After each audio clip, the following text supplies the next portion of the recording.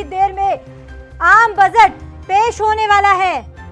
वित्त मंत्री निर्मला सीतारमण पेश करेगी आम बजट। बड़ी खबर है आपके टीवी स्क्रीन पर, जहां देश का आज आम बजट पेश हो रहा है। पूरे देश की निगाहें आज के बजट में है। बजट में कई अहम ऐलान की उम्मीद जताई जा रही है। लगातार रोजगार, महंगाई, टैक्स समेत मुद्दों पर ये नजर है देशवासियों की। और आपको बता दें कि अब से थोड़ी देर में ये आम बजट पेश होने वाला है।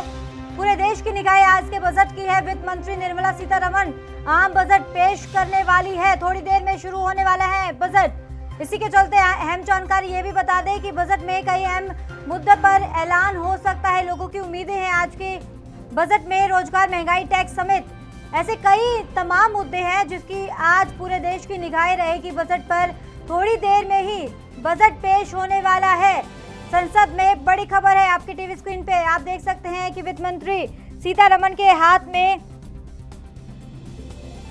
लाल रंग का बैग है और इसी में बजट है। और इसी के चलते आज देखना होगा, लाजमी होगा कि आज जो बजट होगा लोगों के लिए कितना अहम होगा। पूरे देश की आज जो नजर है पूरे देश की बजट पर ही है। क्या कुछ खास होने वाला है, कितनी उम्मीदें हैं लोगों को इस बजट से, और इसी के चलते क्या अहम चर्चा भी हो सकती है, कितना अहम हो सकता है लोगों के लिए।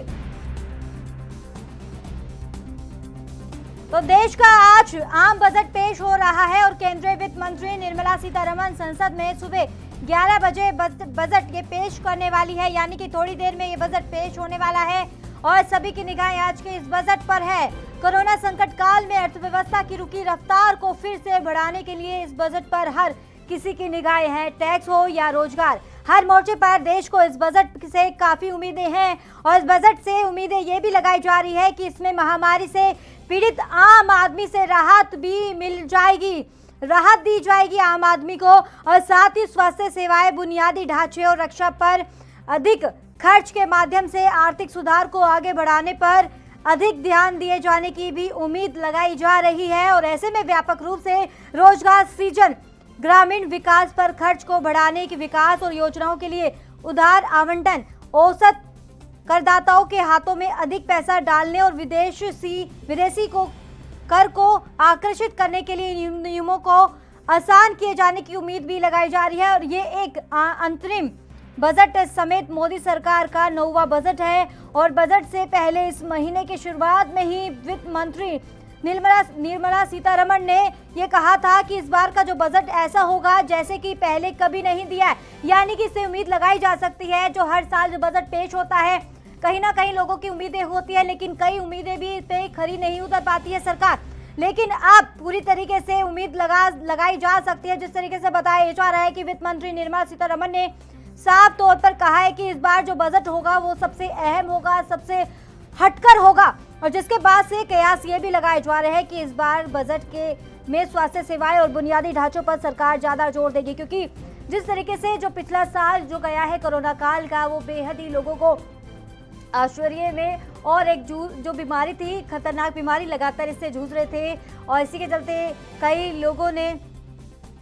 लोगों की जान भी गई है। लेकिन इसी के चलते अब ये भी बताया जा रहा है स्वास्थ्य सेवाओं को पर भी ध्यान दिया जा सकता है। ये वित्त मंत्री सीतारमण ने कहा है कि स्वास्थ्य सेवाओं और बुनियादी ढांचों पर सरकार ज्यादा जोर देगी और जिससे कि देश की जो आर्थिक रफ्तार है वो और बढ़ेगी। क्योंकि कोरोना काल में जो आर्थिक व्यवस्था पर सीधा सीधा असर देखने को मिला था, लोगों की जॉब गई थी, व्यापारियों पर को भी ज्यादा घाटा झेलना पड़ा था। और इसी के चलते जो तमाम ऐसी दिक्कतें हैं लोगों को लगातार सामना करना पड़ा था।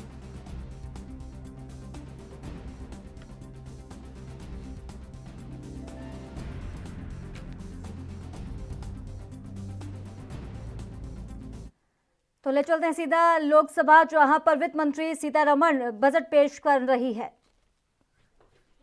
The loss of near and dear ones and suffer hardships brought about due to a health crisis. The risk of not having a lockdown was far too high. Within 48 hours of declaring a 3-week-long complete lockdown, the Prime Minister announced the Pradhan Mantri Garib Kalyan Yojana, valued at 2.76 lakh crores, that provided free food grains to 800 million people, free cooking gas for 80 million families for months, and cash directly to over 400 million farmers, women, elderly, the poor, and the needy.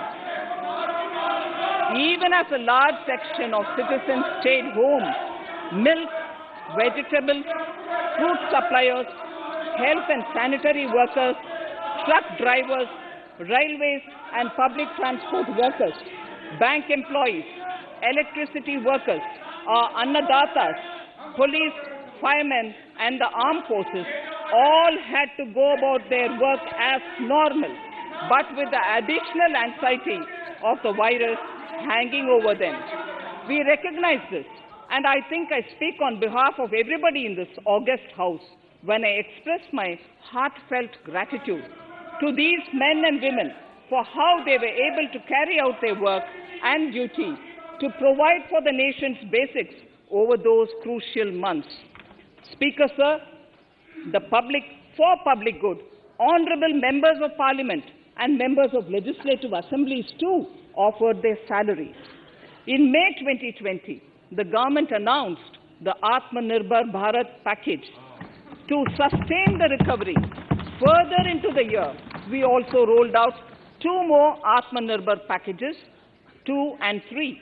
Total financial impact of all the Atmanirbhar Bharat packages, including measures taken by the RBI, was estimated to be about 27.1 lakh crores, which amounts to more than 13% of our GDP. As a government, we kept a watch on the situation and were proactive in our responses. The government, led by the Prime Minister, stretched its resources to deliver for most vulnerable sections of our society, the poorest of the poor, the Dalits, the tribals, the elderly, the migrant workers and our children. The Pradhan Mantri Garib Kalyan Yojana, the 3 Atmanirbhar packages and announcements made later were like 5 mini budgets in themselves.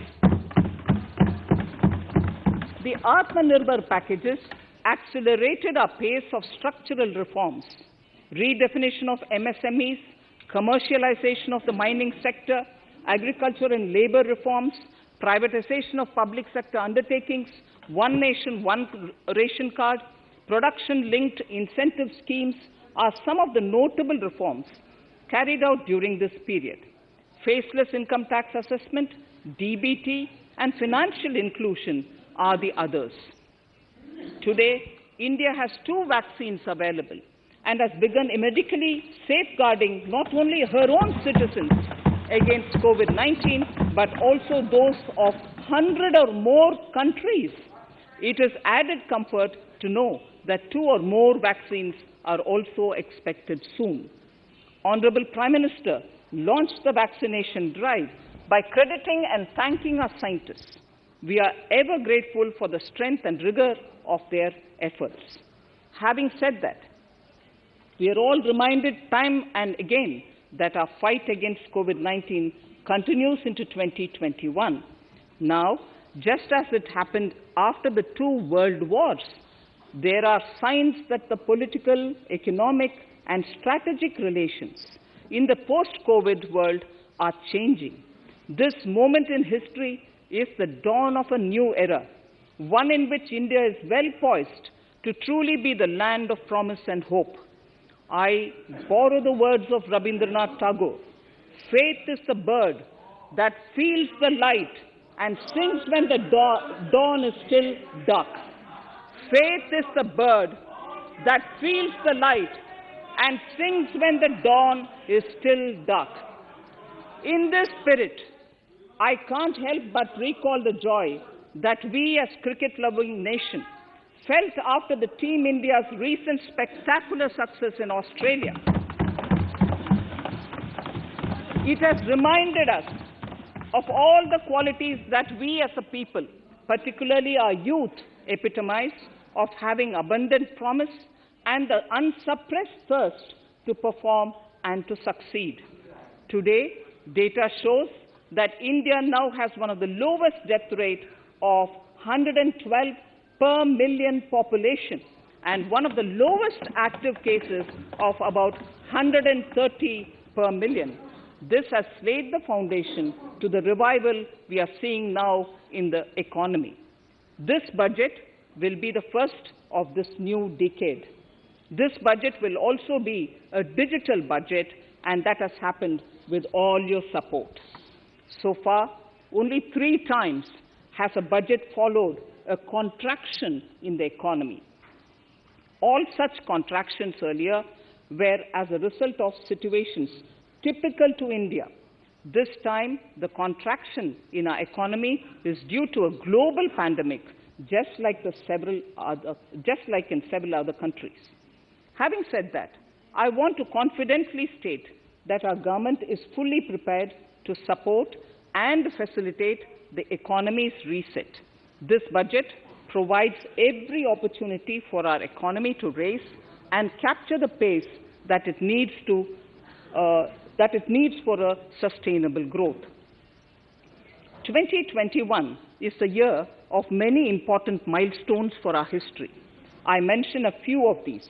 It is the 75th year of independence, 60 years of Goa's accession to India, 50 years of the 1971 India-Pakistan War. It will be the year of the 8th census of independent India. It will also be India's turn at the BRICS presidency, the year for our Chandrayaan-3 mission, and the Haridwar Mahakumbh.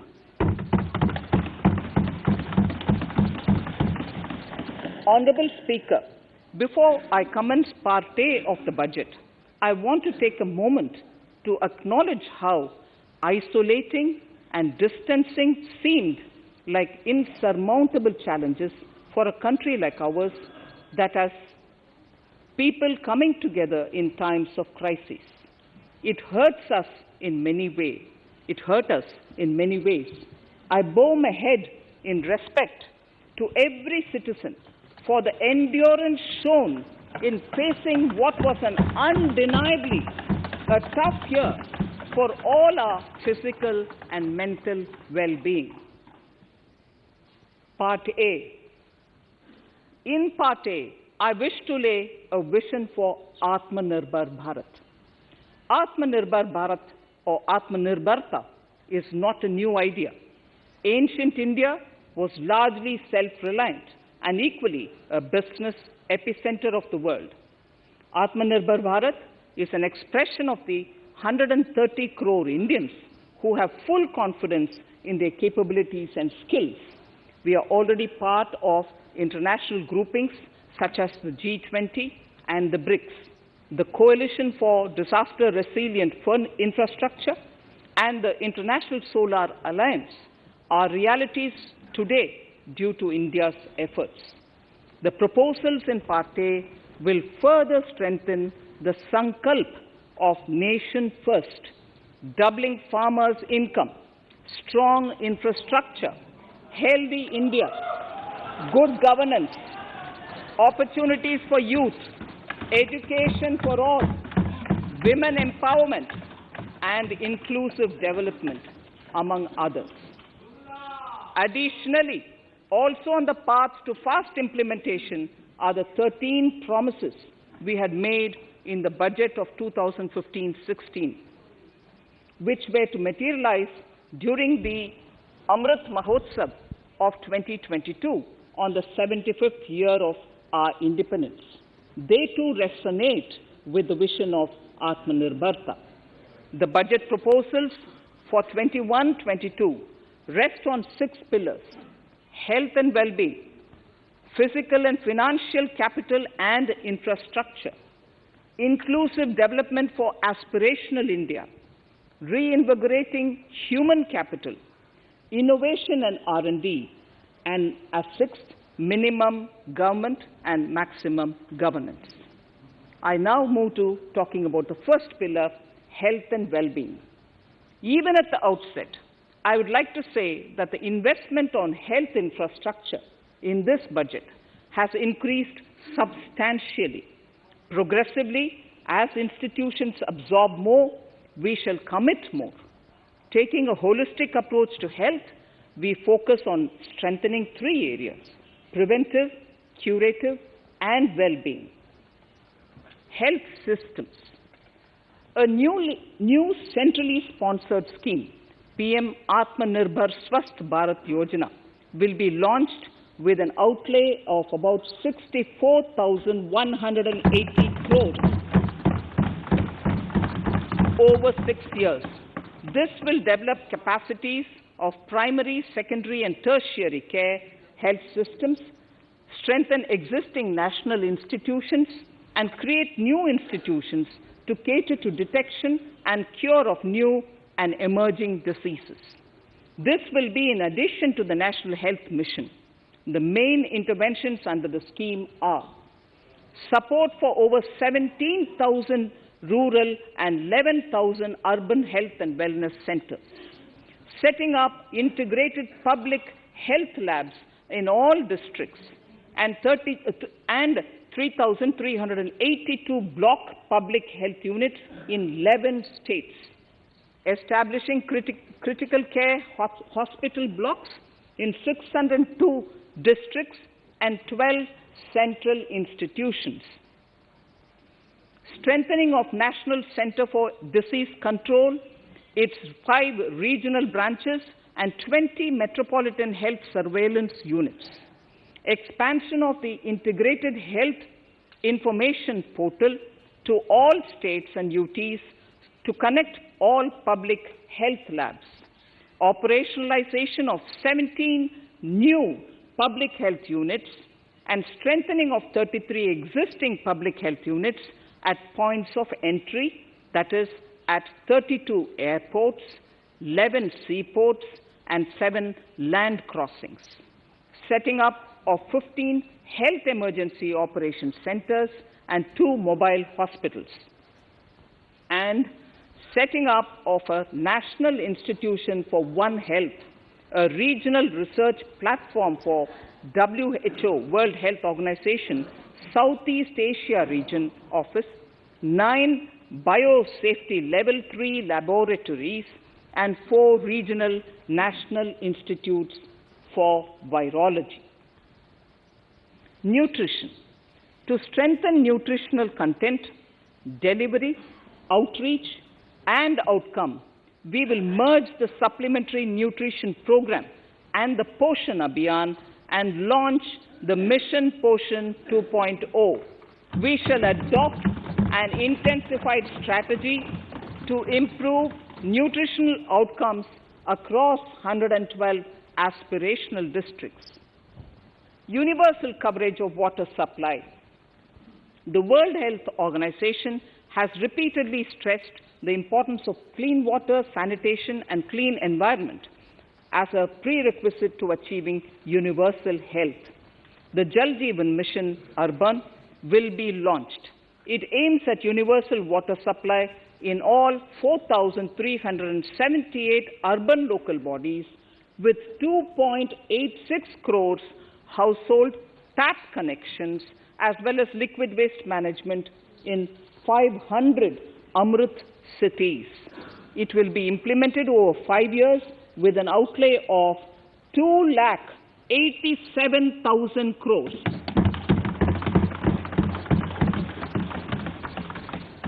Swachh Bharat and Swasth Bharat.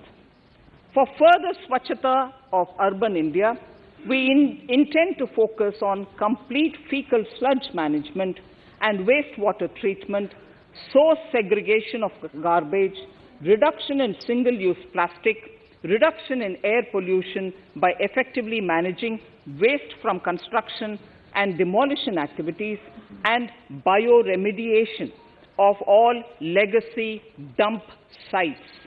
The Urban Swachh Bharat Mission 2.0 will be implemented with a total financial allocation of 1,41,678 crores over a period of 5 years from 2021.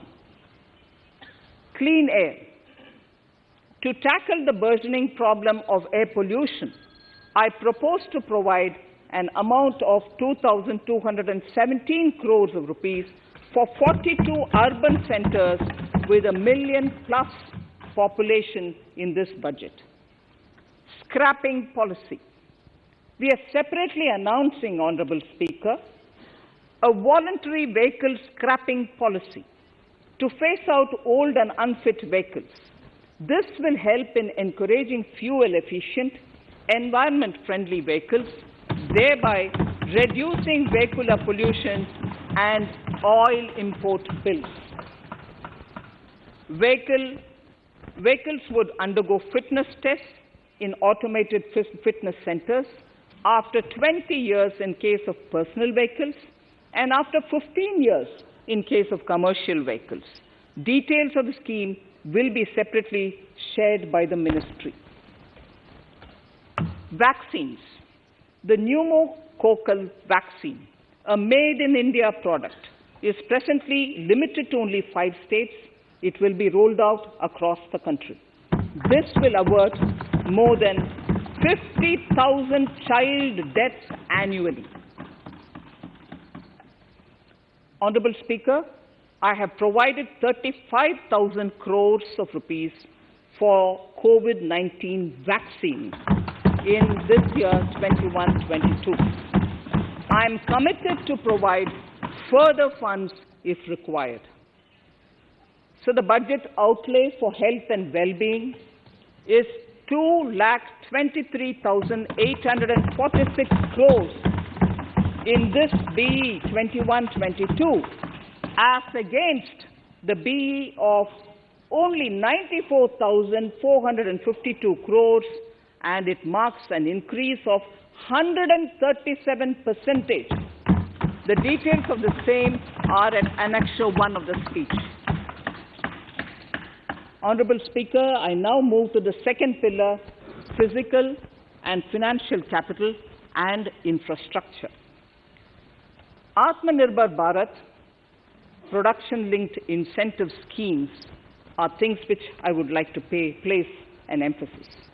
For a $5 trillion economy, our manufacturing sector has to grow in double digits on a sustained basis. Our manufacturing companies need to become an integral part of global supply chains, possess core competence and cutting-edge technology. To achieve all of the above, PLI schemes to create manufacturing global champions for an Atmanirbhar Bharat have been announced for 13 sectors. For this, the government has committed nearly 1.97 lakh crores over 5 years starting this financial year. This initiative will help bring scale and size in key sectors, create and nurture global champions, and provide jobs to our youth. Textiles. To enable the textile industry to become globally competitive, attract large investments, and boost employment generation, a scheme of Mega Investment Textiles Park will be launched in addition to the PLI schemes. This will create world-class infrastructure with plug-and-play facilities to create global champions in exports. 7 textile parks will be established over 3 years. Infrastructure. The National Infrastructure Pipeline, which I announced in December 2019, is the first of its kind. Whole of government exercise ever undertaken by Government of India. The NIP was launched with 6,835 projects. The project pipeline has now expanded to 7,400 projects. Around 217 projects worth rupees 1.10 lakh crores under some key infrastructure ministries have been completed. The NIP is a specific target which this government is committed to achieving over the coming years. It will require major increase in funding from both the government and the financial sector. In this budget, I propose to take concrete steps to do this in 3 ways. Firstly, by creating the institutional structures. Secondly, by a big thrust on monetizing assets. And thirdly, by enhancing the share of capital expenditure in central and state budgets. Infrastructure needs long-term debt financing. A professionally managed development financial institution is necessary to act as a provider, enabler, and catalyst for infrastructure financing. Accordingly, I shall introduce a bill to set up a development financial institution. I have provided a sum of 20,000 crore rupees to capitalize this institution. The ambition is to have a lending portfolio of at least 5 lakh crores for this DFI within 3 years' time. Debt financing of InvITs and rates by foreign portfolio investors will be enabled by making suitable amendments in the relevant legislations. This will further ease access of finance to InvITs and rates, thus augmenting funds for infrastructure and real estate sectors. Asset monetization. Monetizing operating public infrastructure. Monetizing operating public infrastructure assets is a very important financing option for new infrastructure construction. A national monetization pipeline of potential brownfield infrastructure assets will be launched. An asset monetization dashboard will also be created for tracking the progress and to provide visibility to investors. Some important measures in the direction of monetization are National Highways Authority of India and the PGCIL each have sponsored one InvIT that will attract international and institutional investors. 5 operational roads with an estimated enterprise value of 5,000 crores of rupees are being transferred to the NHAI InvIT. Similarly, transmission assets of value 7,000 crores will be transferred to the PGCIL InvIT. Railways will monetize dedicated freight corridor assets for operations and maintenance after commissioning. A next lot of airports will be monetized for operations and management concessions. Other core infrastructure assets that will be rolled out under the asset monetization programs are NHAI operational toll roads, 2 transmission assets of PGCL, 3 oil and gas pipelines of GAIL, Gas Authority of India Limited, IOCL and HPCL, Airports Authority of India airports in Tier 2 and 3 cities, other railway infrastructure assets, warehousing assets of CPSE, such as the Central Warehousing Corporation and NAFED, among others, and sports stadiums. Sharp increase in capital budget. In the BE 2020-21, we had provided for 4.12 lakh crores for capital expenditure. It was our effort that in spite of resource crunch, we should spend more on capital, and we are likely to end this year at around 4.39 lakh crores, which I have provided in the RE of 2020-2021. For 21-22, I propose a sharp increase in capital expenditure and thus have provided 5.54 lakh crores, which is 34.5% more than the BE of 2020-2021. Of this, I have kept a sum of more than 44,000 crores in the budget head of the Department of Economic Affairs to be provided for projects, programs, or departments that show good progress in capital expenditure and are in need of further funds. Over and above this expenditure, we would also be providing more than 2 lakh crores to states and autonomous bodies for their capital expenditure. We will also work out specific mechanisms to nudge states to spend more of their budget on creation of infrastructure.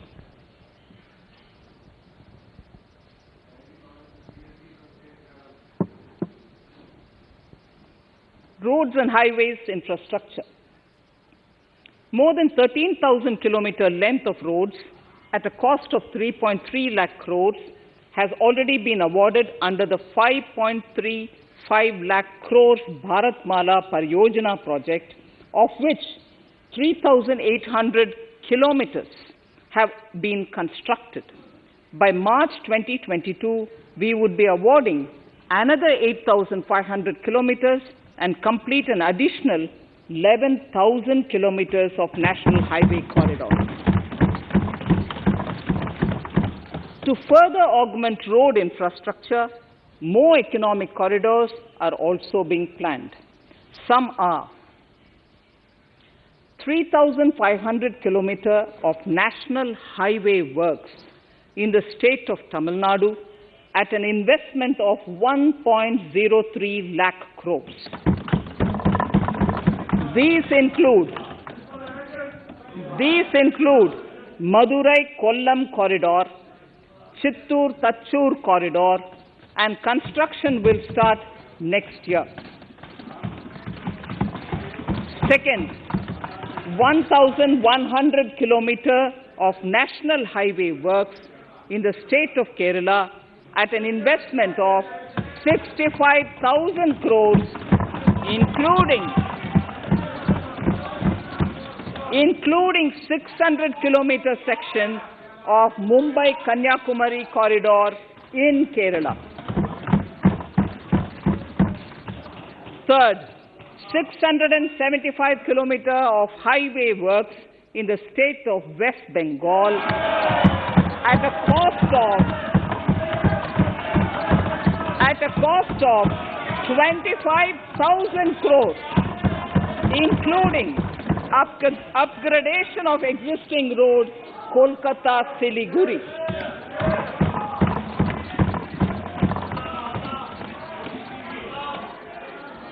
National highway works of around 19,000 crores are currently in progress in the state of Assam. Further works of more than 34,000 crores covering more than 1,300 kilometers of national highways will be undertaken in the state in the coming 3 years. Some of the flagship corridors and other important projects that would see considerable activity in 2021-22 are in Annexure 2 to my speech. I am also providing an enhanced outlay of 1,18,101 lakh crores, 1,18,101 crores for Ministry of Road Transport and Highways, of which 1,08,230 crores is for capital, the highest ever provided. Railway infrastructure. Honorable Speaker, sir, Indian Railways have prepared a National Rail Plan for India 2030. The plan is to create a future-ready railway system by 2030. Bringing down the logistic costs for an industry is at the core of our strategy to enable Make in India. It is expected that Western Dedicated Freight Corridor and Eastern Dedicated Freight Corridor will be commissioned by June 2022. The following additional initiatives are also proposed. The Sonnagar-Gomo sections, 263 kilometers of Eastern Dedicated Freight Corridor will be taken up in PPP mode in this year itself. Gomo-Dankuni section of 274.3 kilometers will be also taken up shortly in short succession. We will undertake future dedicated freight corridor projects, namely East Coast Corridor from Kharagpur to Vijayawada, east-west corridor from Bhusaval to Kharagpur to Dankuni, and north-south corridor from Itarsi to Vijayawada. Detailed project reports will be undertaken in the first phase. Broad gauge route kilometers, RKM as I referred to, electrified is expected to reach 46,000 kilometers, 46,000 RKM. That is 72% by end of 2021 from 41,548 RKMs on 1st October 2020. 100% electrification of broad gauge routes will be completed by December 2023. For passenger convenience and safety, the following measures are being proposed. We will introduce the aesthetically designed Vista Dome LHB coach on tourist routes to give better travel experience to passengers. The safety measures undertaken in the past few years have borne results. To further strengthen this effort, high-density network and highly utilized network routes of Indian Railways will be provided with an indigenously developed automatic train protection system that eliminates train collision due to human error. I am providing a record sum of 1,10,055 crores for railways, of which 1,07,100 crores is for capital expenditure only. Urban infrastructure. We will work towards raising the share of public transport in urban areas through expansion of metro rail networks and augmentation of city bus services. A new scheme will be launched at a cost of 18,000 crores to support augmentation of public bus transport services. The scheme will facilitate deployment of innovative PPP models to enable private sector players to finance, to acquire, to operate, and to maintain over 20,000 buses. The scheme will boost the automobile sector, provide fillip to economic growth, create employment opportunities for our youth, and enhance ease of mobility for urban residents. A total of 702 kilometers of conventional metro is operational, and another 1,016 kilometers of metro and RRTS is under construction in 27 cities. Two new technologies, that is Metro Light and Metro Neo, will be deployed to provide metro rail systems at much lesser cost with same experience, convenience, and safety in Tier 2 cities and peripheral areas of Tier 1 cities also. Central counterpart funding will be provided to Kochi Metro Railway Phase 2 of 11.5 kilometer at a cost of 1,957.05 crores. Chennai Metro Railway Phase 2 of 118.9 kilometers at a cost of 63,246 crores. Bengaluru Metro Railway Project Phase 2A and 2B of 58.19 kilometers at a cost of 14,788 crores. Nagpur Metro Rail Project Phase 2 and Nashik Metro at a cost of 5,976 crores and 2,092 crores respectively. Power infrastructure.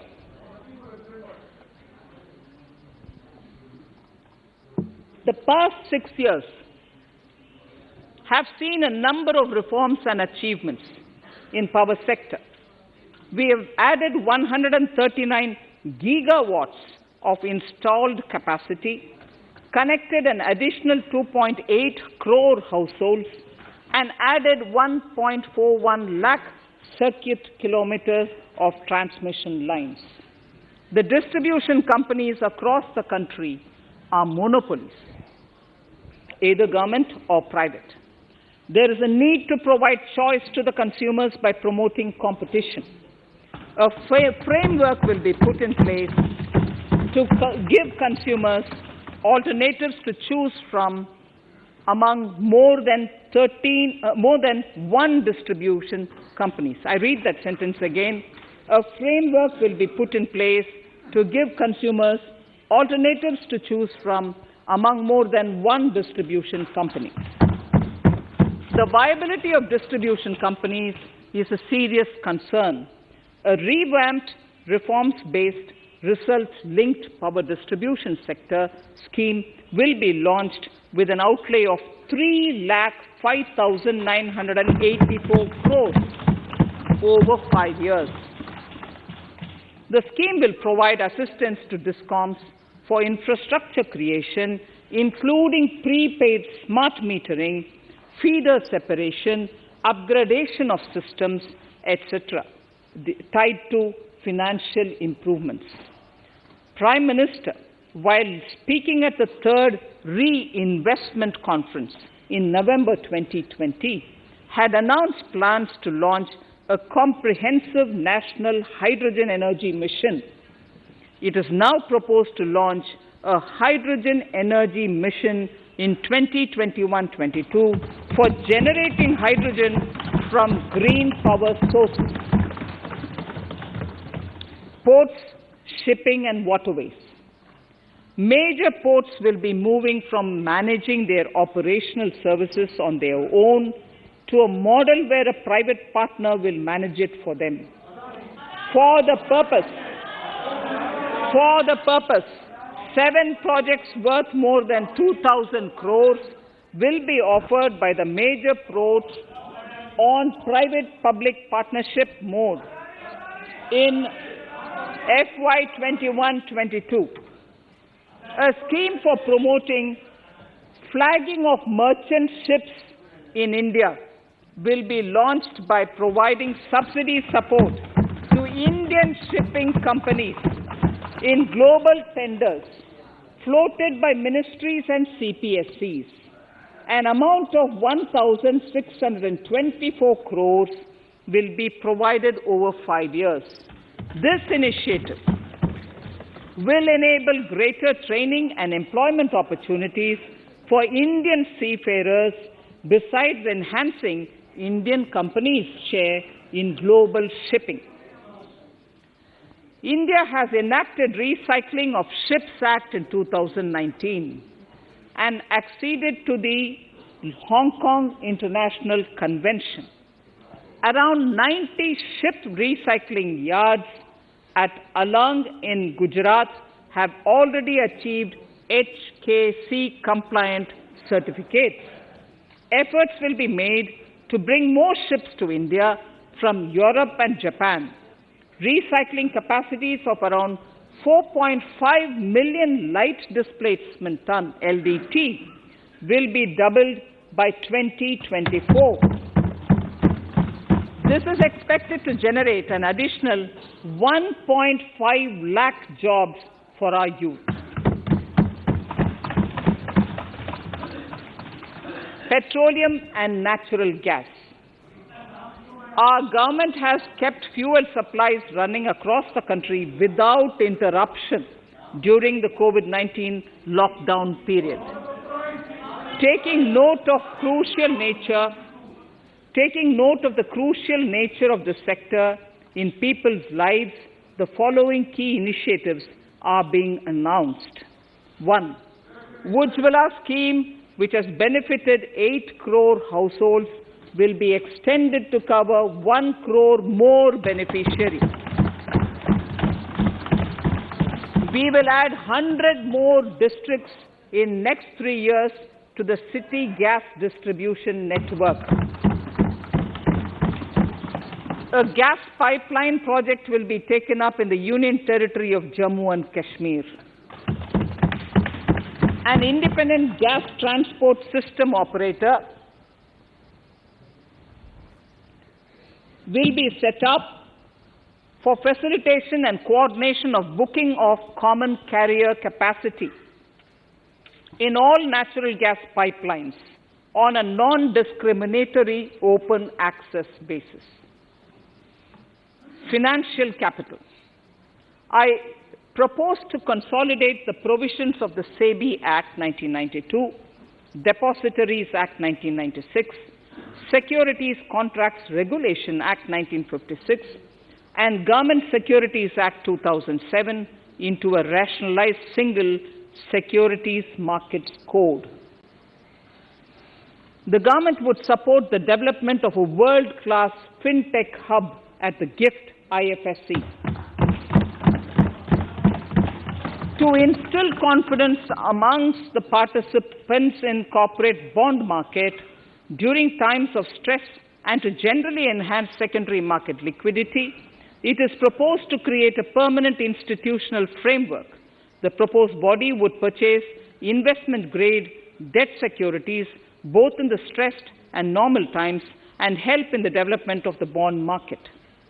In the budget 2018-19, government had announced its intent to establish a system of regulated gold exchanges in the country. For the purpose, SEBI will be notified as the regulator, and Warehousing Development and Regulatory Authority will be strengthened to set up a commodity market ecosystem arrangement, including vaulting, assaying, logistics, etc., in addition to warehousing. Towards investor protection, I propose to introduce an investor charter as a right of all financial investors across all financial products. To give a further boost to the non-conventional energy sector, I propose to provide additional capital infusion of 1,000 crores to Solar Energy Corporation of India and 1,500 crores to Indian Renewable Energy Development Agency. I propose to amend the Insurance Act 1938 to increase the permissible FDI limit from 49% to 74% in insurance companies and allow foreign ownership and control with safeguards. Under the new structure, the majority of directors on the board and key management persons would be resident Indians, with at least 50% of directors being independent directors and specified percentage of profits being retained as general reserve. Stressed asset resolution by setting up a new structure. The high level of provisioning by public sector banks of their stressed assets calls for a measure to clean up the bank books. An asset reconstruction company limited and asset management company would be set up to consolidate and take over the existing stressed debt and then manage and dispose of the assets to alternative investment funds and other potential investors for eventual value realization. Recapitalization of PSB. To further consolidate the financial capital capacity of PSBs, further recapitalization of 20,000 crores is proposed in 21-22. Deposit insurance. Last year, government had approved an increase in the deposit insurance cover from 1 lakh rupees to 5 lakhs for bank customers. I shall be moving amendments to DICGC Act 1961 in this session itself to streamline the provision so that if a bank is temporarily unable to fulfill its obligations, the depositors of such bank can get easy and time-bound access to their deposits to the extent of the deposit insurance cover. This would help depositors of banks that are currently under stress. To improve credit discipline, while continuing to protect the interests of small borrowers, for NBFCs, with minimum asset size of 100 crores, the minimum loan size eligible for debt recovery under the Securitization and Reconstruction of Financial Assets and Enforcement of Security Interests Frbm Act 2002, it is proposed to be reduced from the existing level of 50 lakhs to 20 lakhs. Company matters. The decriminalization of the procedural and technical compoundable offences under Companies Act 2013 is now complete. I now propose to take up decriminalization of the Limited Liability Partnerships Act 2008. Honourable Speaker, I propose to revise the definition under the Companies Act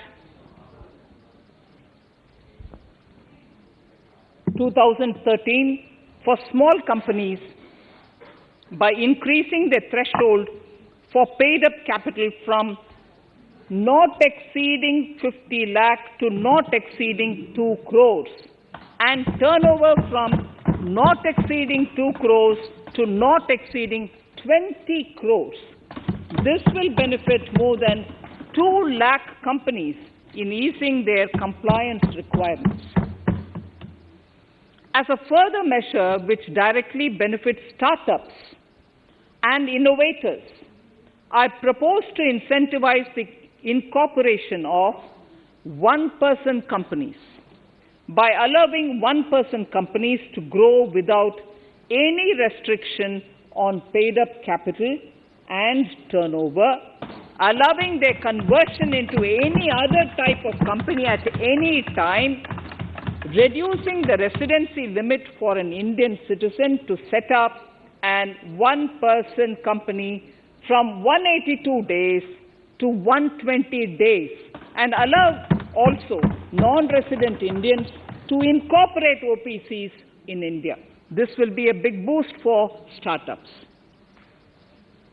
To ensure faster resolution of cases, the NCLT framework will be strengthened, e-court system shall be implemented, and alternate methods of debt resolution and special framework for MSMEs shall be introduced.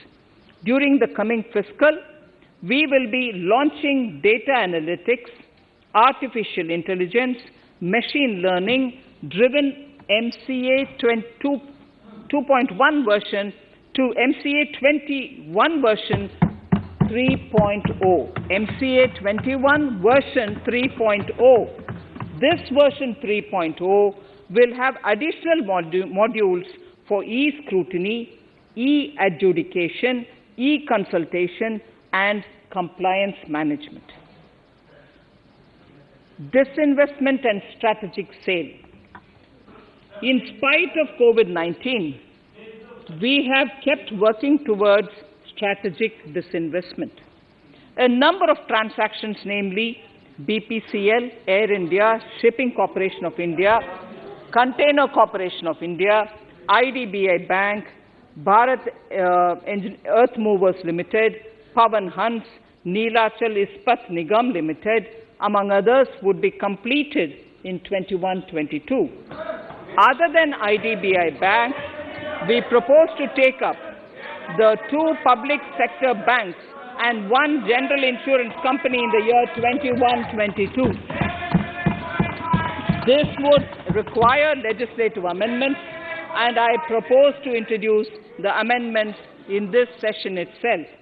In 21-22, we would also bring the IPO of LIC, for which I am bringing the requisite amendments in this session itself. In the Atmanirbhar package, I had announced that we will come out with a policy of strategic disinvestment of public sector enterprises. I am happy to inform the House that the government has the government has approved the said policy. The policy provides a clear roadmap for disinvestment in all non-strategic and strategic sectors. We have kept 4 areas that are strategic, where bare minimum CPSEs will be maintained and rest privatized. In the remaining sectors of all CPSEs will be privatized. The main highlights of the policy are mentioned in Annexure 3. To fast forward the disinvestment policy, I'm asking NITI to work out on the next list of centre public sector companies that would be taken up for strategic disinvestment. To similarly incentivize states to take to disinvestment of their public sector companies, we will work out an incentive package of central funds to states. Idle assets will not contribute to Atmanirbhar Bharat. The non-core assets largely consist of surplus land with government ministries and departments and public sector enterprises. Monetizing of land can either be by way of direct sale or concession or by similar means. This requires special abilities, and for this purpose, I propose to use a special purpose vehicle in the form of a company that would carry out this activity. In order to ensure timely completion of closure of sick or loss-making CPSEs, we will introduce a revised mechanism that will ensure timely closure of such units. I have estimated 1,75,000 crores as receipts from disinvestment in BE 21-22.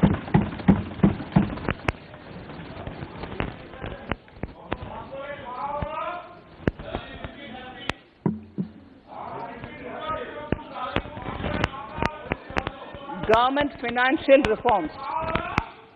Under the Treasury single account, the TSA system, autonomous bodies directly draw funds from the government's account at the time of actual expenditure, saving interest costs. We will extend the TSA system for universal application from 21-22. On the recommendation of the 15th Finance Commission, we have undertaken a detailed exercise to rationalize and bring down the number of centrally sponsored schemes. This will enable consolidation of outlays for better impact. The government is committed to the development of multi-state cooperatives and will provide all support to them. To further streamline the ease of doing business for cooperatives, I propose to set up a separate administrative structure for them. So the third pillar of Atmanirbhar Bharat, inclusive development for aspirational India.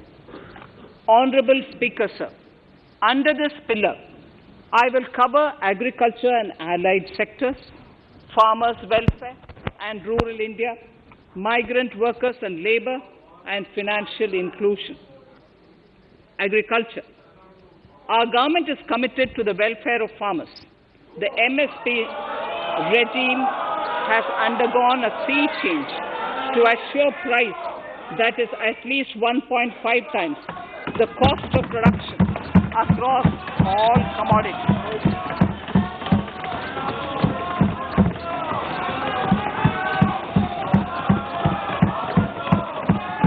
The procurement has also continued to increase at a steady pace. This has resulted in increase in payment to farmers substantially. In case of wheat, a total amount paid to farmers in 2013-14, Honorable Speaker, sir, the data that I give now is important for all honorable members to kindly hear. In case of wheat, the total amount paid to farmers in 2013-14 was 33,874 crores. In 2019-20, it was 62,802 crores. And even better, Honorable Speaker, in 2020-2021, this amount paid to farmers was 75,060 crores.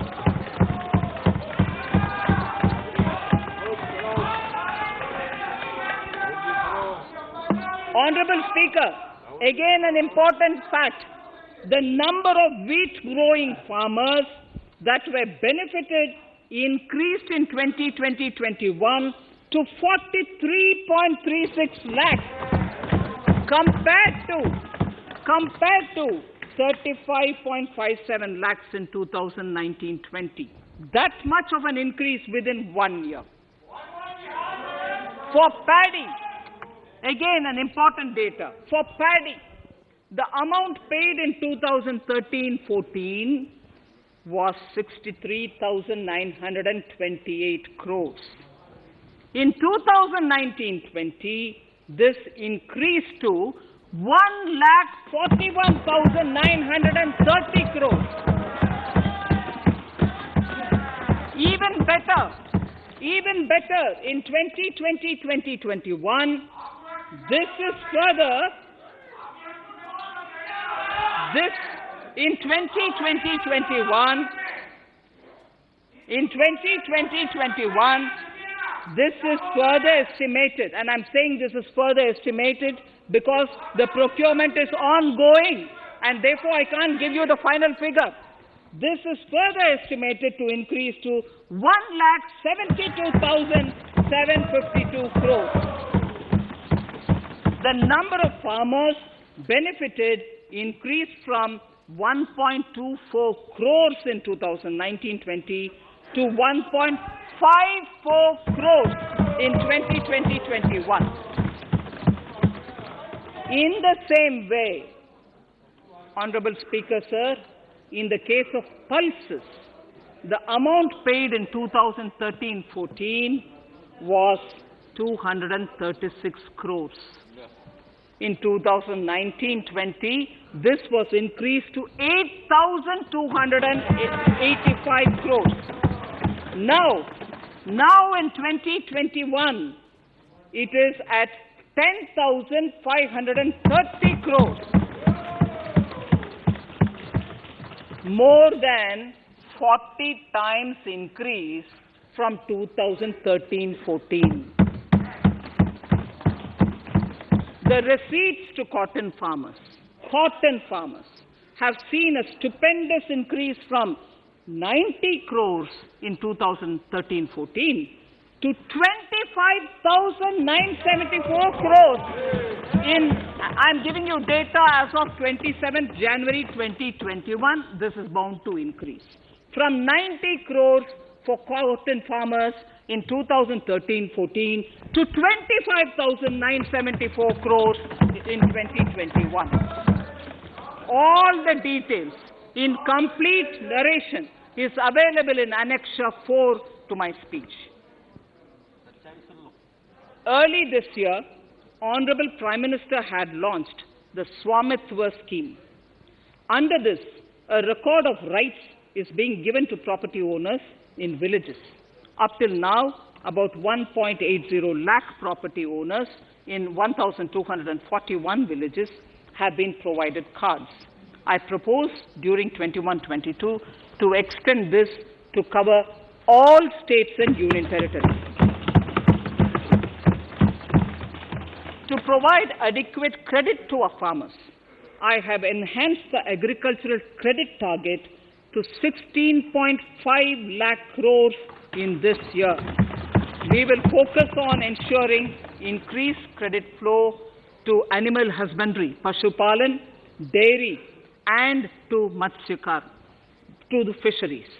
We are enhancing the allocation to the Rural Infrastructure Development Fund from 30,000 crores to 40,000 crores. The Micro Irrigation Fund, with a corpus of 5,000 crores, has been created under NABARD. I propose to double it by augmenting it by another 5,000 crores. To boost value addition in agriculture and allied products and their exports, the scope of Operation Green Scheme, that is presently applicable to only tomatoes, onions, and potatoes, will be enlarged to include 22 perishable crops. Around 1.68 lakh crore farmers, around 1.68 crore farmers are registered, and 1.14 lakh crores of rupees trade value has been carried out through e-NAMs, the National Agricultural Market. Keeping in view the transparency and the competitiveness that e-NAM has brought into the agricultural market, 1,000 more mandis will be integrated with e-NAM. Honorable Speaker, sir, with all this, the Agricultural Infrastructure Fund would be made available to the APMCs for augmenting their infrastructure facilities.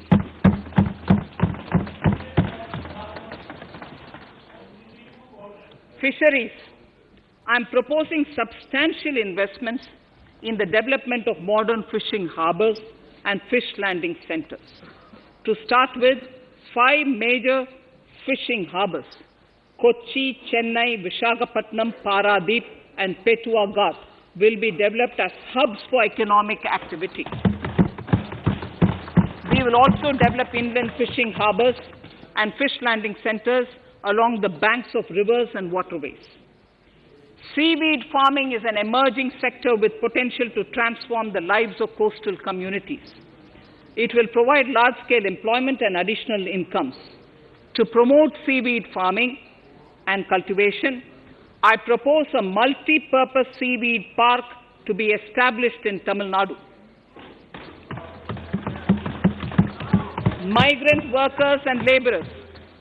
We have launched the One Nation, One Ration Card scheme, through which beneficiaries can claim their rations anywhere in the country.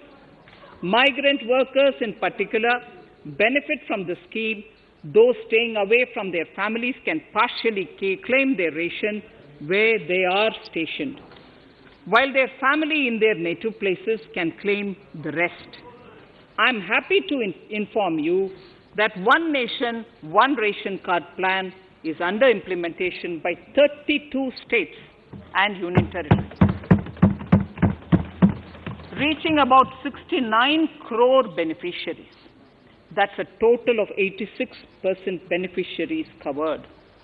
The remaining 4 states and UTs will be integrated in the next few months. To further extend our efforts towards the unorganized labor force, migrant workers in particular, I propose to launch a portal that will collect relevant information on gig workers, building and construction workers, among others. This will help formulate health, housing, skill, insurance credit, and food schemes for all migrant workers. We will conclude a process that began 20 years ago with the implementation of the 4 labor codes. For the first time globally, social security benefits will be extended to gig and platform workers.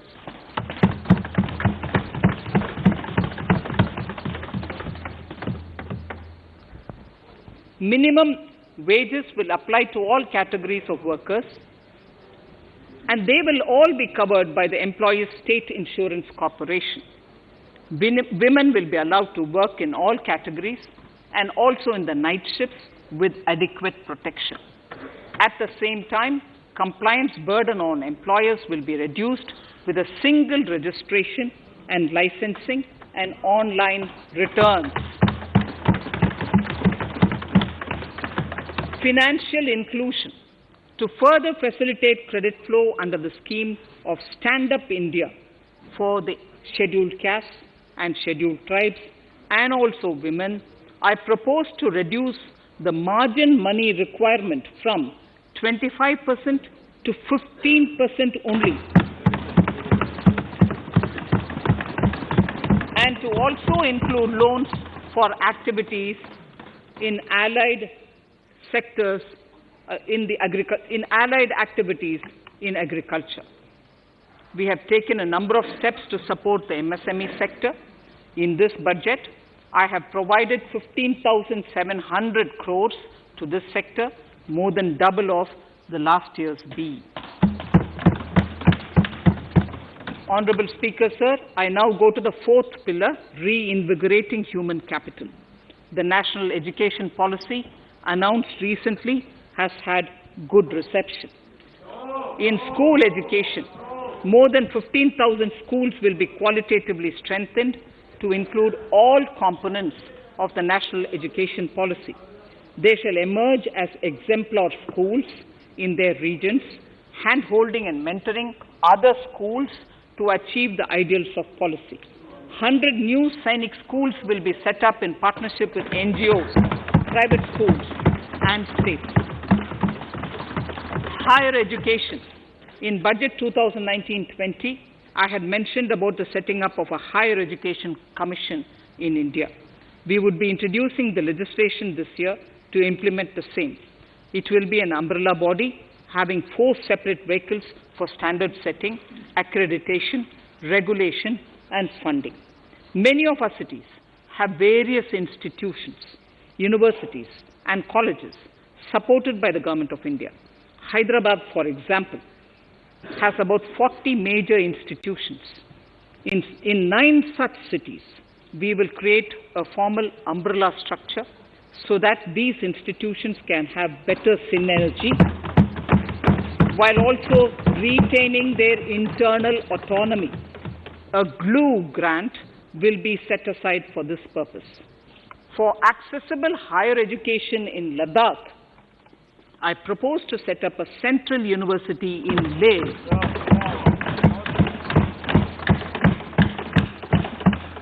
The other important projects to be taken up as a part of the NEP are listed in Annexure 5. Scheduled caste and scheduled tribes welfare. We have set ourselves a target of establishing 750 Eklavya model residential schools in our tribal areas. I propose to increase the unit cost of each such school from 20 crores, which is what it is now, to 38 crores, and for hilly and difficult areas to 48 crores. This would help creating robust infrastructure facilities for our tribal students. We have revamped the post-metric scholarship scheme for the welfare of scheduled caste students. I have also enhanced the central assistance in this regard. We are allotting 35,219 crores for 6 years till 25-26 to benefit 4 crores scheduled caste students. Skilling. In 2016, we had launched the National Apprenticeship Promotion Scheme. The government proposes to amend the Apprenticeship Act with a view to further enhancing apprenticeship opportunities for our youth. We will realign the existing scheme of National Apprenticeship Training Scheme for providing post-education apprenticeship, training of graduates and diploma holders in engineering. Over 3,000 crores will be provided for this purpose. An initiative is underway, Honorable Speaker, in partnership with the United Arab Emirates to benchmark skill qualifications, assessment and certification, accompanied by the deployment of certified workforce. We also have a collaborative training intertraining program between India and Japan to facilitate transfer of Japanese industrial and vocational skills, techniques and knowledge.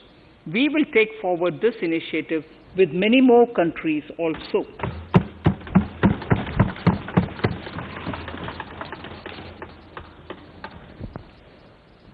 Innovation and R&D. In my budget speech of 2019, I had announced the National Research Foundation. We have now worked out the modalities, and the NRF outlay will be of 50,000 crores over 5 years. It will ensure that the overall research ecosystem in the country is strengthened with focus on identified national priority thrust areas. There has been a manifold increase in digital payments in the recent past. To give a further boost to digital transactions, I earmarked 1,500 crores for a proposed scheme that will provide financial incentive to promote digital mode of payment. We will undertake a new initiative, National Language Translation Mission. This will enable the wealth of governance and policy-related knowledge on the Internet being made available in major Indian languages.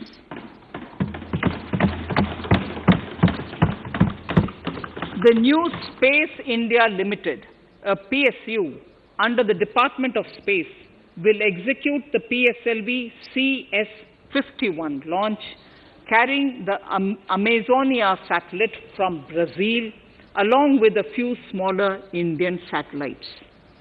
As part of the Gaganyaan mission activities, 4 Indian astronauts are being trained on generic spaceflight aspects in Russia. The first unmanned launch is slated for December 2021. Our oceans are a storehouse of living and non-living resources. To better understand this realm, we will launch a deep ocean mission with a budget outlay of more than 4,000 crores over 5 years. This mission will cover deep ocean survey exploration and projects for the conservation of deep sea biodiversity. I come to the 6th pillar, Honorable Speaker, minimum government, maximum governance. Honorable Speaker, sir, this is the last of the 6 pillars. This will outline plans for reforms in one of our core principles of minimum government, maximum governance. We have taken a number of steps to bring reforms in tribunals in the last few years for speedy delivery of justice. Continuing with the reforms process, I now propose to take further measures to rationalize the functioning of tribunals. We have introduced the National Commission for Allied Healthcare Professionals Bill in Parliament. National Commission for Allied Healthcare Professionals Bill in the Parliament, with a view to ensure transparent and efficient regulation of 56 allied healthcare professionals. Additionally, to bring about transparency, efficiency, and governance reforms in the nursing profession, the National Nursing and Midwifery Commission Bill will be introduced by the government for passing. To have ease of doing business for those who deal with government or CPSEs and carry out contracts, I propose to set up a conciliation mechanism and mandate its use for quick resolution of contractual disputes. This will instill confidence in private investors and contractors. Honorable Speaker, sir, the forthcoming census could be the first digital census in the history of India.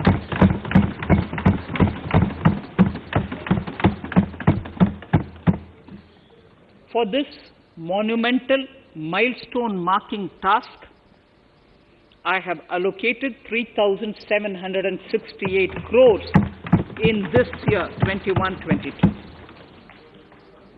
Honorable Speaker, Goa is celebrating the Diamond Jubilee year of the state's liberation from Portuguese rule. From the Government of India's side, I propose to grant 300 crores to the Government of Goa for the celebration. I propose to provide 1,000 crores for the welfare of tea workers, especially women and children in Assam and West Bengal. A special scheme will be devised for the same.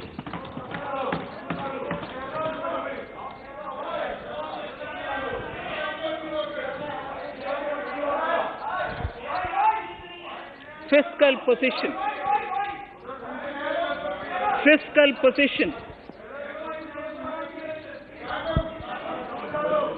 In these last few paragraphs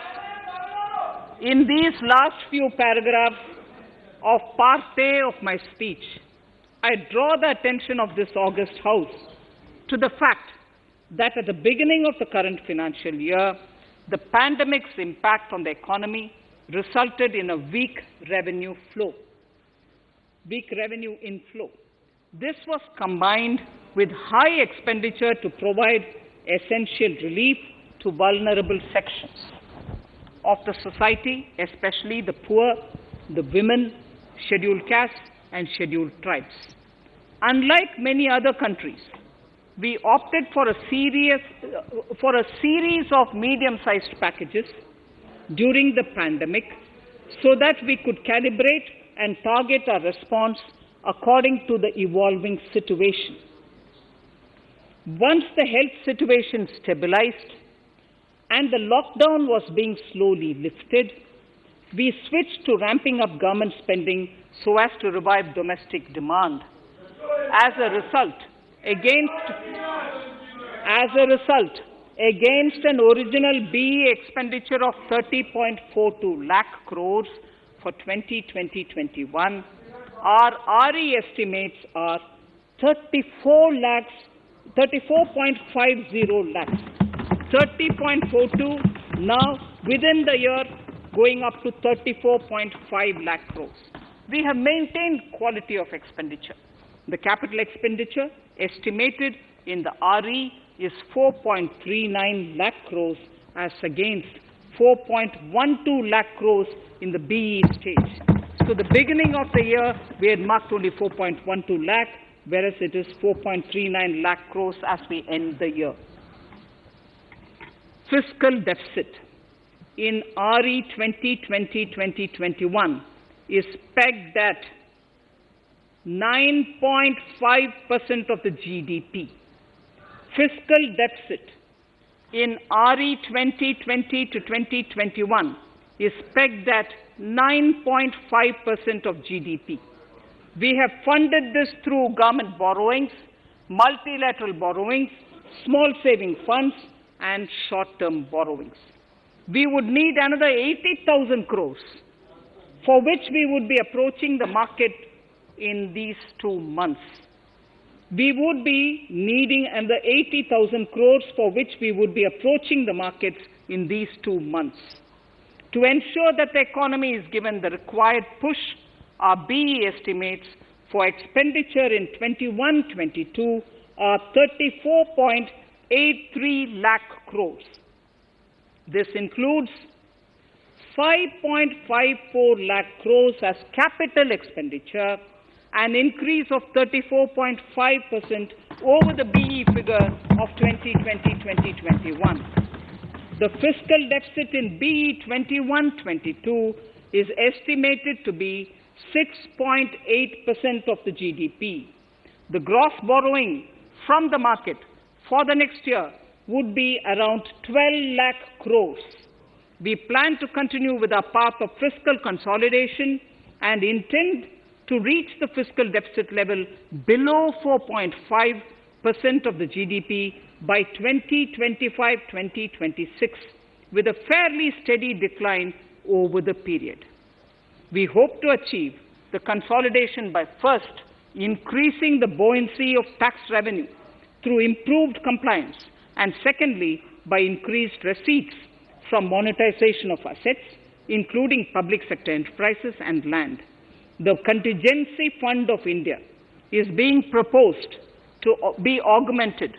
The Contingency Fund of India is being proposed to be augmented from 500 crores to 30,000 crores through finance bill. In accordance with the views of the 15th Finance Commission, we are allowing a normal ceiling of net borrowing for the states at 4% of GSDP for the year 21-22. A portion of this ceiling will be earmarked to be spent on incremental capital expenditure.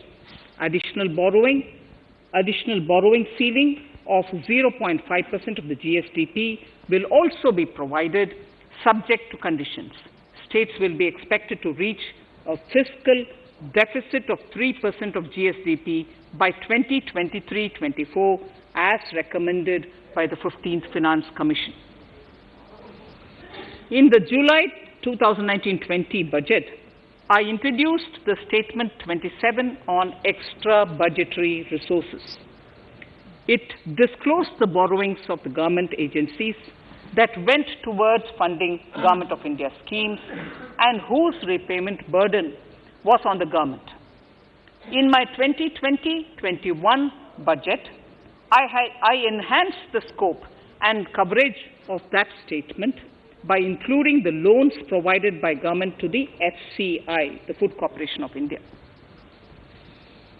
Taking a step further in this direction, I propose to discontinue the NSSF loan to FCI for food subsidy, and accordingly, budget provisions have been made in RE 2020-21 and in the BE 2021-22. The extra budgetary resource details are at Annexure 6. We know that the Frbm Act mandates fiscal deficit of 3% of GDP to be achieved by 31st March 2020-2021. The effect of this year's unforeseen and unprecedented circumstances has necessitated the submission of a deviation statement under Sections 4 of Subclause 5 and Section 7, Subclause 3b of the Frbm Act, which I am laying on the table of the House as part of the Frbm documents. Towards achieving central government fiscal deficit along the broad path that I have already indicated, I will be introducing an amendment to the Frbm Act. Honourable Speaker, on the 9th of December 2020, the 15th Finance Commission submitted its final report covering the period 2021 to 2026 to the Rashtrapati Ji. The government has laid the Commission's report along with the explanatory memorandum in the Parliament, retaining the vertical shares of the states at 41%. We recognize our commitment to fiscal federalism and propose, therefore, to adhere to this recommendation. Jammu and Kashmir in the 14th Finance Commission was entitled to get devolution being a state. Now the funds of the UTs of Jammu Kashmir and Ladakh would be provided by the centre. I have also provided on the Commission's recommendation 1,18,452 crores as revenue deficit grant to 17 states in 21-22 as against 74,340 crores to 14 states in 2020-21. Honourable Speaker, I would now move to Part B of my speech.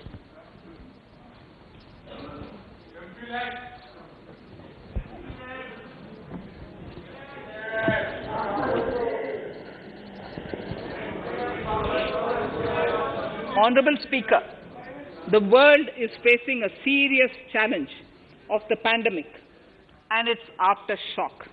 In these trying times, when many economies are struggling to revive, our people and our industry have exhibited remarkable resilience. As I mentioned already, post-pandemic, a new world order seems to be emerging, one in which Asia is poised to occupy a prominent position, and India will have a leading role therein. In this scenario, our tax system has to be transparent, efficient, and should promote investments and employment in our country. At the same time, it should put minimum burden on our taxpayers. I borrow the words of Thiruvalluvar, the saint. Yetralum, Eatalum, Kathalum, Katha Vaguthalum, Nalla Valladarasu. A king or a ruler is the one who creates and acquires wealth, protects and distributes it for common good. Tirukkural. Direct tax proposals. Keeping this in mind, the words of Tirukkural, our government introduced a series of reforms in the direct tax system for the benefit of our taxpayers and the economy. Few months prior to the pandemic, in order to attract investments, we slashed our corporate tax rate to make it among the lowest in the world. the dividend distribution tax too was abolished. The burden of taxation on small taxpayers was eased by increasing rebates. In 2020, the return filers saw a dramatic increase to 6.48 crores from 3.31 crores in 2014. In the direct tax administration, we had recently introduced the faceless assessment and faceless appeal. I now seek to take further steps to simplify the tax administration, ease compliance, and reduce litigation. Relief to senior citizens. I begin my direct tax proposals by offering my pranam to our senior citizens. Many of them, despite having foregone several basic necessities of their own, have strived to build our nation. Now, in the 75th year of independence of our country, when we continue our endeavor with renewed vigor, we shall reduce compliance burden on our senior citizens who are 75 years of age and above.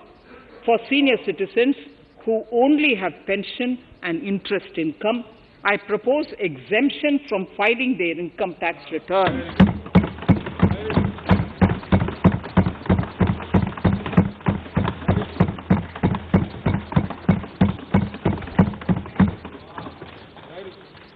The paying bank will deduct the necessary tax on their income. Reduction in time for income tax proceedings. This is a very key announcement, if you are asking me.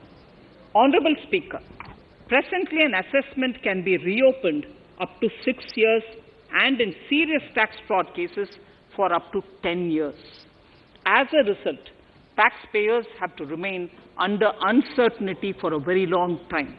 I therefore propose to reduce this time limit for reopening of assessments to 3 years from the present 6 years.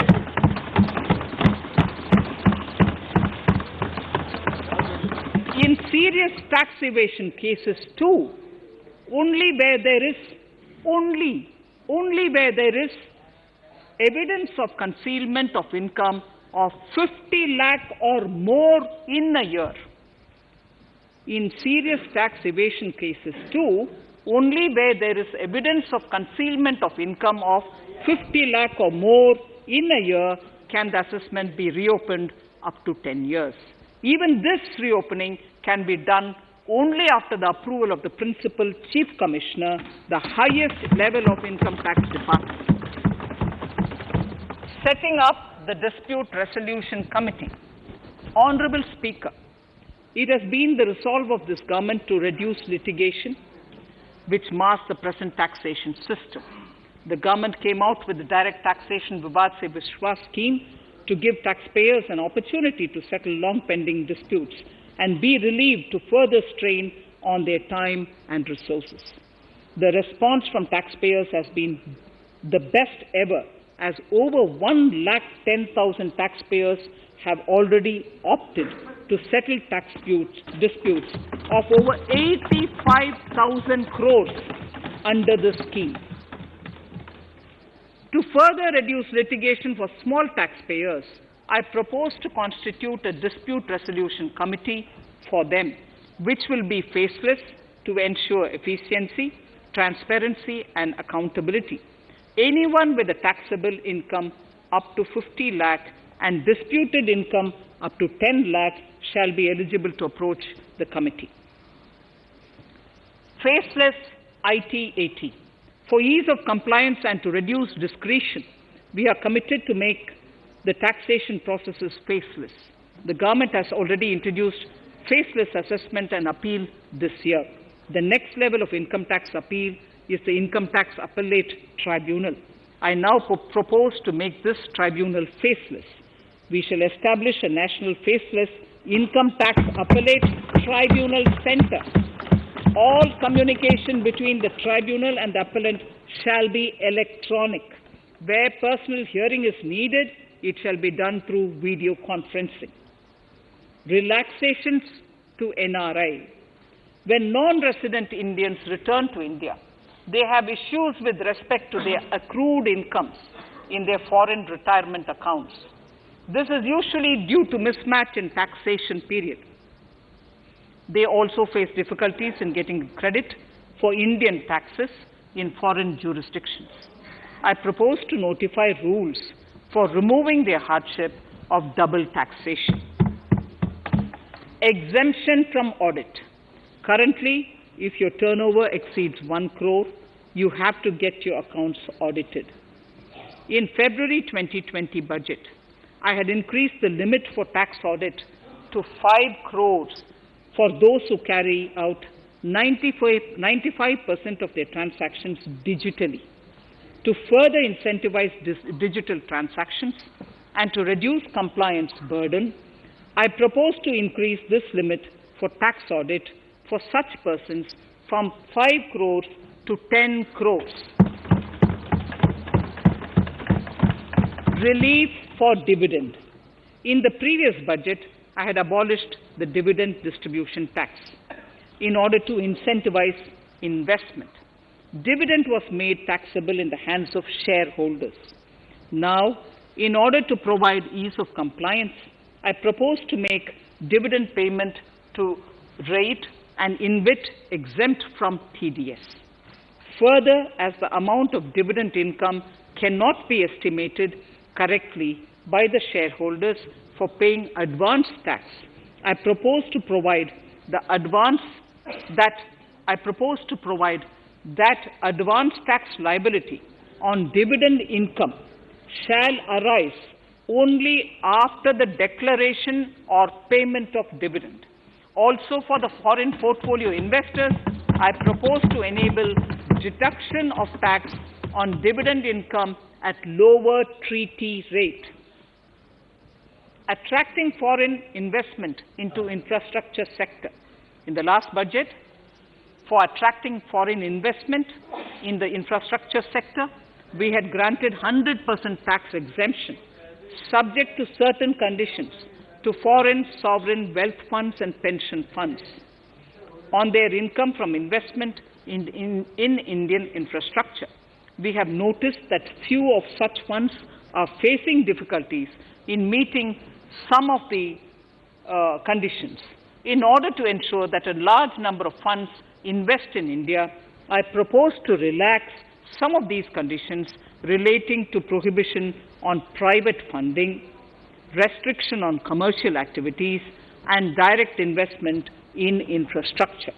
In order to allow funding of infrastructure by issue of zero-coupon bonds, I propose to make notified infrastructure debt funds eligible to raise funds by issuing tax-efficient zero-coupon bonds. Affordable housing.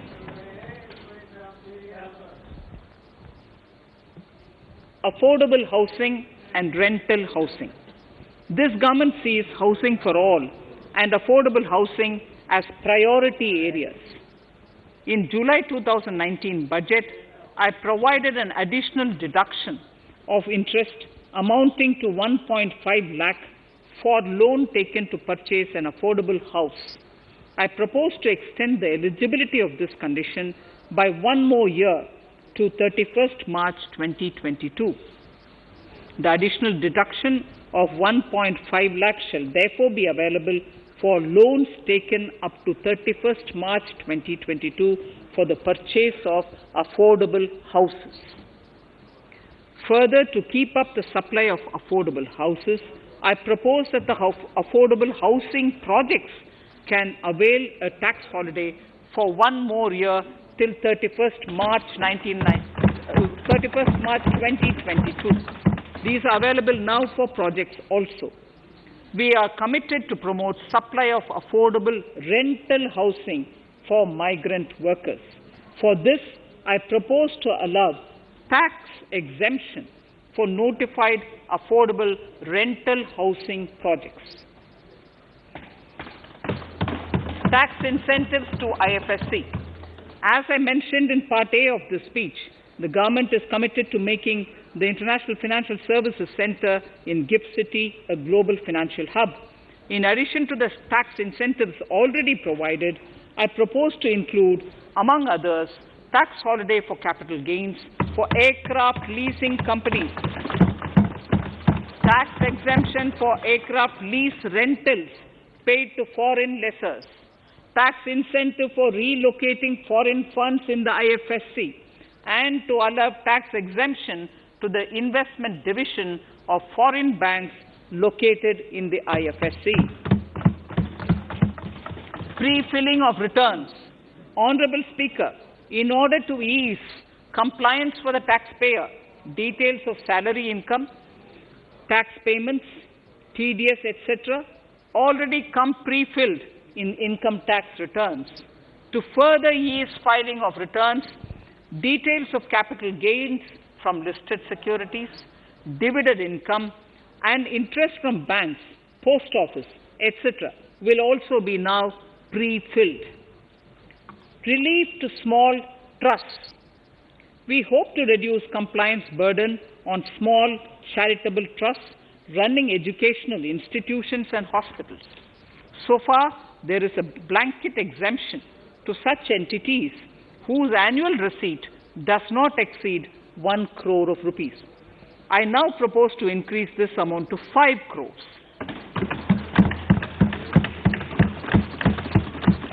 Labour welfare.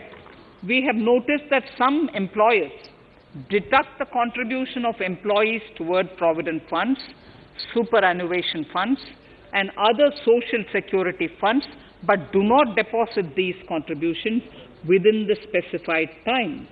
For these employees, this means a loss of interest or income. In cases where an employer later becomes financially unviable, non-deposit results in a permanent loss for the employees. In order to ensure that employees' contributions are deposited on time, I reiterate that the late deposit of employees' contribution by the employer will not be allowed as deduction to the employer.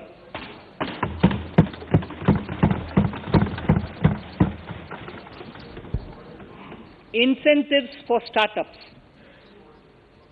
In order to incentivize startups in the country, I propose to extend the eligibility for claiming tax holiday for startups by 1 more year, till 31st March 2022. Further, in order to incentivize funding for the startups, I propose to extend the capital gains exemption for investment in startups by 1 more year, till 31st March 2022. Sir, I now come to indirect tax proposals. GST. Before I come to my indirect tax proposals, I would like to appraise the House on GST. The GST is now 4 years old, and we have taken several measures to further simplify it. Some of the measures include nil return through SMS, quarterly return and monthly payment for small taxpayers, electronic invoice system, validated input tax statements, pre-filled editable GST return, and staggering of returns filing. The capacity of GST and system has also been enhanced. We have also deployed deep analytics and artificial intelligence to identify tax evaders and fake billers and launched special drives against them. The results speak for themselves. We have made record collections in the last few months. The GST Council has painstakingly thrashed out thorny issues. As chairperson to the Council, I want to assure this House that we shall take every possible measure to smoothen the GST further and to remove anomalies such as inverted duty structure. Custom duty rationalization. Our custom duty policy should have the twin objective of promoting domestic manufacturing and helping India get on to global value chain and export better. The thrust now has to be on easy access to raw materials and exports of value-added products. Towards this, last year, we started overhauling the customs duty structure, eliminating 80 outdated exemptions. I also thank everyone who responded overwhelmingly to a crowdsourcing call for suggestions on this revamp. I now propose to review more than 400 old exemptions this year. I repeat, I now propose to review more than 400 old exemptions this year. We will conduct this through extensive consultations, and from 1st October 2021, we will put in place a revised customs duty structure free of distortions. I also propose that any new customs duty exemptions, therefore, henceforth will have validity up to 31st March, following 2 years from the date of the issue. Electronic and mobile phone industry. Domestic electronic manufacturing has grown rapidly. We are now exporting items like mobiles and chargers. For greater domestic value addition, we are withdrawing a few exemptions on part of chargers and sub-parts of mobiles. Further, some parts of mobiles will move from nil rate to a moderate 2.5%. Iron and steel. MSMEs and other user industries have been severely hit by a recent sharp rise in iron and steel prices. Therefore, we are reducing customs duty uniformly to 7.5% on semis, flats, and long products of non-alloy, alloy, and stainless steels. To provide relief to metal recyclers, mostly MSMEs, I am exempting duty on steel scrap for a period up to 31st March 2022. Further, I am also revoking ADD and CVD on certain steel products.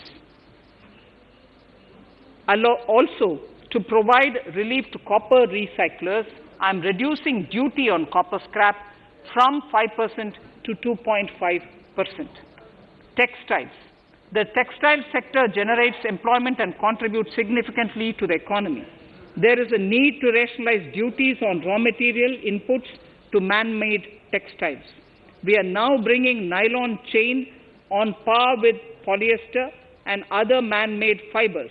We are uniformly reducing the BCD rates on caprolactam, nylon chips, nylon fiber, and yarn to 5%.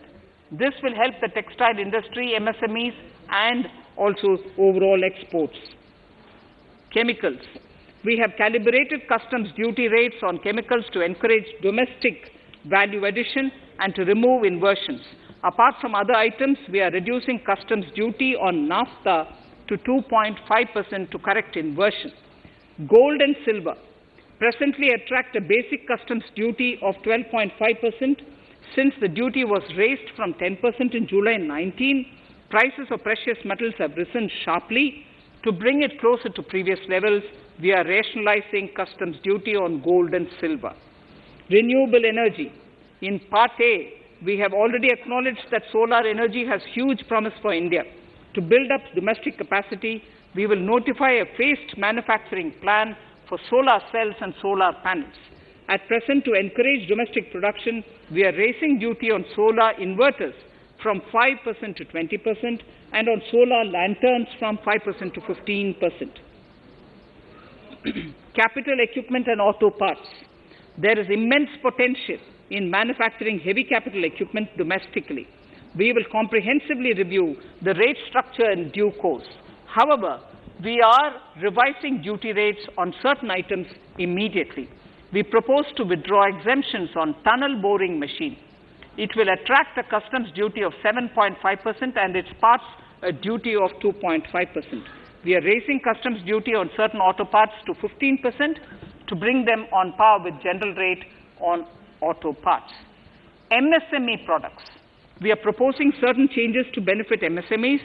We are increasing duty from 10 to 15% on steel screws and plastic builder wares. On prawn feed, we increase it from 5 to 15%. We are rationalizing exemption on import of duty-free items as an incentive to exporters of garments, leather, and handicraft items. Almost all of these items are made domestically by our MSMEs. We are withdrawing exemption on imports of certain kinds of leathers as they are domestically produced in good quantity and quality, mostly by MSMEs. We are also raising customs duty on finished synthetic gemstones to encourage domestic processing. Agriculture products to benefit farmers. We are raising customs duty on cotton from nil to 10%, on raw silk and silk yarn from 10 to 15%. We are also withdrawing end-use-based concession on denatured ethyl alcohol. Currently, rates are being uniformly calibrated to 15% on items like maize, bran, rice bran, oil cake, and animal feed additives. There is an immediate need to improve agricultural infrastructure so that we produce more while also conserving and processing agricultural output efficiently. This will ensure enhanced remuneration for our farmers. To earmark resources for this purpose, I propose an agricultural infrastructure and development cess on a small number of items. However, while applying this cess, we have taken care not to put additional burden on consumers on most items. Rationalization of procedures and easing of compliance. For their judicious application, we propose certain changes in the provisioning related to ADD, anti-dumping duty, and CVD, countervailing duty levies. To complete customs investigation, we are prescribing definite timelines. In 2020, we rolled out the Turant Customs Initiative, which brought in faceless, paperless, and contactless customs measures. With effect from September 2020, we have implemented a new procedure for administration of rules of origin. This has helped in putting a check on misuse of FTAs. The specific details of direct and indirect tax changes proposed are listed in the annexure to my speech. Honorable Speaker, sir, with these words, I commend the budget to this august House. Thank you.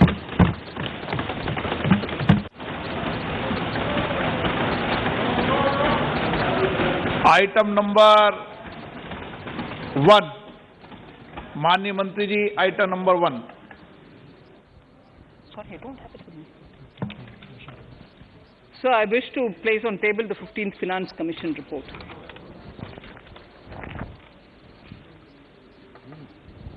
Item number 3, माननीय मंत्री जी। So, I wish to lay on the table the following statements under Section 3(1) of the Fiscal Responsibility and Budget Management Act 2003, the medium-term fiscal policy cum fiscal policy strategy statement and macroeconomic framework statement.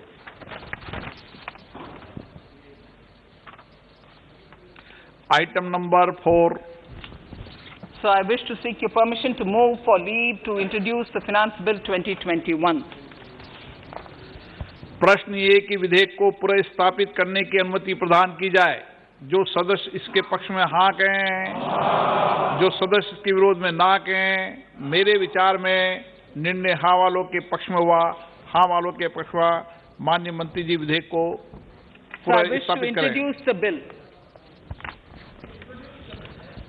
Shri Prahlad Joshi ji.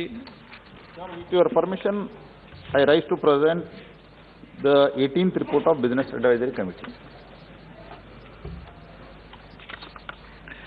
माननीय सदस्यगण, माननीय वित्त मंत्री जी के budget भाषण की प्रतियां प्रकाशक फलक पर उपलब्ध है।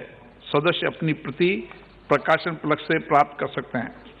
माननीय सदस्यगण, जैसा कि आपको समाचार 2 के माध्यम से पहले सूचित किया जा चुका है कि बजट की प्रतियां आपको मेंबर्स पोर्टल के माध्यम से उपलब्ध कराई जा रही है।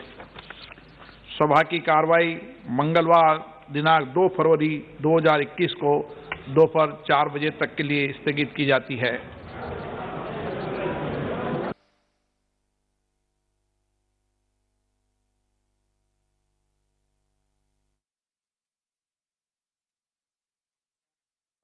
टैक्स रिफॉर्म के लिए बड़ा ऐलान, सीनियर सिटीजन को राहत मिलेगी। निर्मला सीतारमण ने बड़ा ऐलान किया है, 75 साल के वृद्धों को ITR नहीं भरना होगा। ये बड़ी जानकारी बजट से लेकर हम आप तक पहुंचा रहे हैं। प्रवासी मजदूरों के लिए एक पोर्टल बनाया जाएगा। प्रवासी मजदूरों के लिए एक देश एक राशन की व्यवस्था शुरू की जाएगी। और ये बड़ी जानकारी वित्त मंत्री निर्मला सीतारमण ने अपने बजट भाषण में कहा कि राजकोषीय घाटा को 6.7% तक रहने का अनुमान है। सरकार को 80,000 करोड़ रुपए की जरूरत होगी। तमाम जानकारी हम आप तक पहुंचा रहे हैं। डिजिटल जनगणना और स्पेस मिशन का ऐलान भी किया गया है। न्यू स्पेस इंडिया लिमिटेड इस बार PSLV CS51 होगा। इज ऑफ डूइंग बिजनेस के तहत एक ट्रिब्यूनल बनाया जाएगा। इस वक्त की बड़ी खबर ANB न्यूज पर।